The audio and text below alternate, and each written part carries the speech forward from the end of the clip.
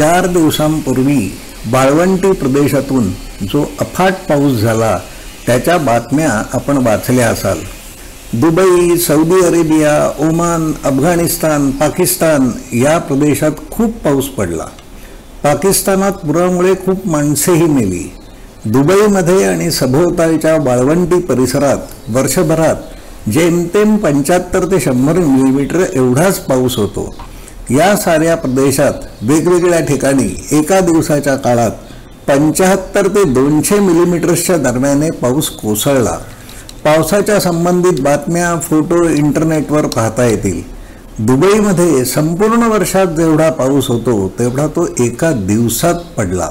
रस्त्यावरून पाणी वाहत होते, वाहने पाण्यातून चालत होती, रस्त्यावरील वाहतूक ठप्प झाली होती, काही मॉल्समध्येही पाणी शिरले होते, विमानतळावरही पाणी भरले होते, टायर्सनी पाणी उडवीत रनवेवरून विमान चालविले जात होते। दुबईच्या आंतरराष्ट्रीय विमानतळावरील 45 पेक्षा जास्त उड्डाणे रद्द करावी लागली। तेलांनी समृद्धी आलेल्या या देशांकडे पैसे, साधनांची कमतरता नाही, पण एवढा पाऊस होईल याचा अंदाजच त्यांना आला नव्हता आणि कोसळलेले एवढे पाणी कुठे वळवणे, साठवणेही शक्य नव्हते। जेथे पाऊस झाला तो सारा वाळवंटी प्रदेश आहे। वाळवंटात पाऊस झाल्यावर टोळांचा जन्मदर वाढतो असे म्हटले जाते।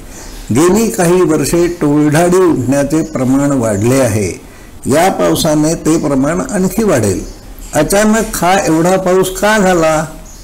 हा काही पावसाळ्याचा सीझन नव्हे। क्लाउड सीडिंगचे जे प्रयोग केले जातात त्यामधून हा धोधो पाऊस कोसळला आहे। काही जाणकारांनी तसे मत मांडले आहे।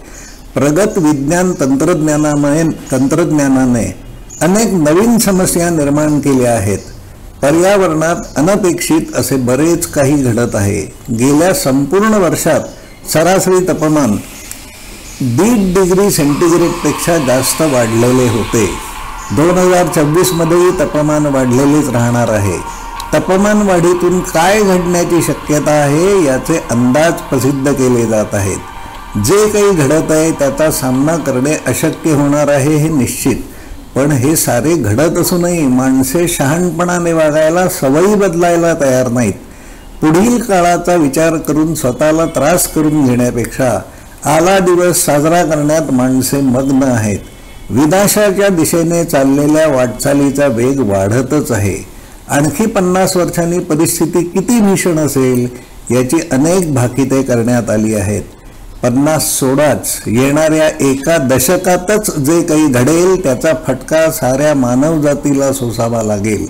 एकटा दुकटा माणूस हे चित्र बदलू शकणार नाही, पण त्याच्या आवाक्यात जेवढे काही आहे तेवढे नियम, बंधने पाळण्याचा, काळाचे नवीन धर्मनियम आचरणात आणण्याचे वर्तन माणसाकडून व्हायला हवे आहे।